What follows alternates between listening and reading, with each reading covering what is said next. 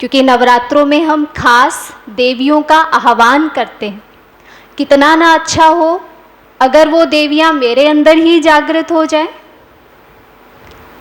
जैसे 9 दिन हम पवित्रता का व्रत लेते हैं, 9 दिन हम सात्विक भोजन लेते हैं बिना लहसुन और प्याज का। कितना ना अच्छा हो कि वो आजीवन ही हमारा हिस्सा बन जाए।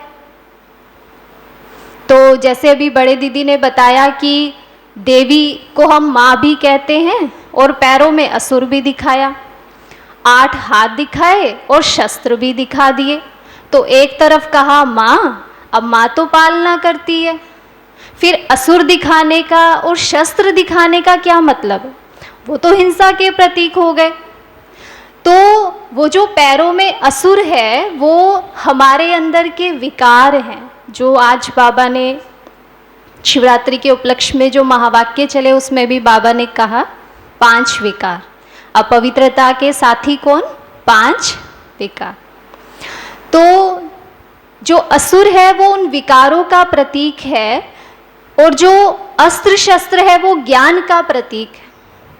तो जब हम ज्ञान के आधार पर अपने जीवन में जो 8 हाथ हैं वो 8 शक्तियों का सिंबल है, तो ज्ञान के आधार पर जब हम 8 शक्तियों का इस्तेमाल अपने जीवन में करना शुरू करते हैं तो हम विकारों रूपी असुरों को जीत सकते हैं। उसी का ही वो सिंबॉलिक रूप दिखाया गया। जैसे कि ये दिखाना है कि भाई नशा करना अच्छी बात नहीं है, तो फिर क्या करेंगे? वैसा चित्र बनाएंगे, उस पर क्रॉस लगाएंगे।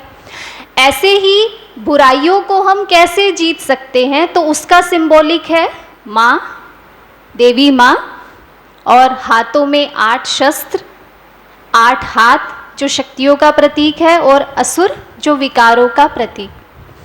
तो अब आप देखिए कि हम क्या करते हैं, जागरण करते हैं। अब रात को ही जागरण करने की क्या ज़रूरत है? जागरण तो दिन में भी कर लो। तो कौन सा जागरण? तो अज्ञानता की नींद से जागना।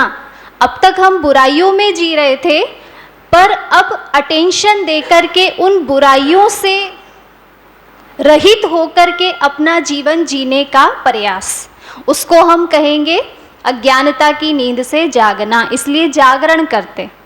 फिर पवित्रता का बताया, पवित्र जीवन जीते हैं, सात्विक भोजन लेते हैं। फिर दीवा जलाते, दिया जलाते। अब आप देखिए दिया भी क्या है? मिट्टी का दिया होता है। तो वो जो मिट्टी का दिया है वो शरीर की निशानी है, वो शरीर का प्रतीक है। और जो ज्योत जल रही है वो किसका प्रतीक है? आत्मा का। तो जब इस शरीर में रहते हुए हम खुद को आत्मा समझते हैं तो दिया जलता है। कौन सा दिया? प्रेम दिया, सम्मान दिया, सहयोग दिया, खुशी दिया। तो ये है दिया जलाना। फिर हम करते हैं गरबा। तो गरबा की विशेषता ये होती है कि उसमें सबके स्टेप एक जैसे होते।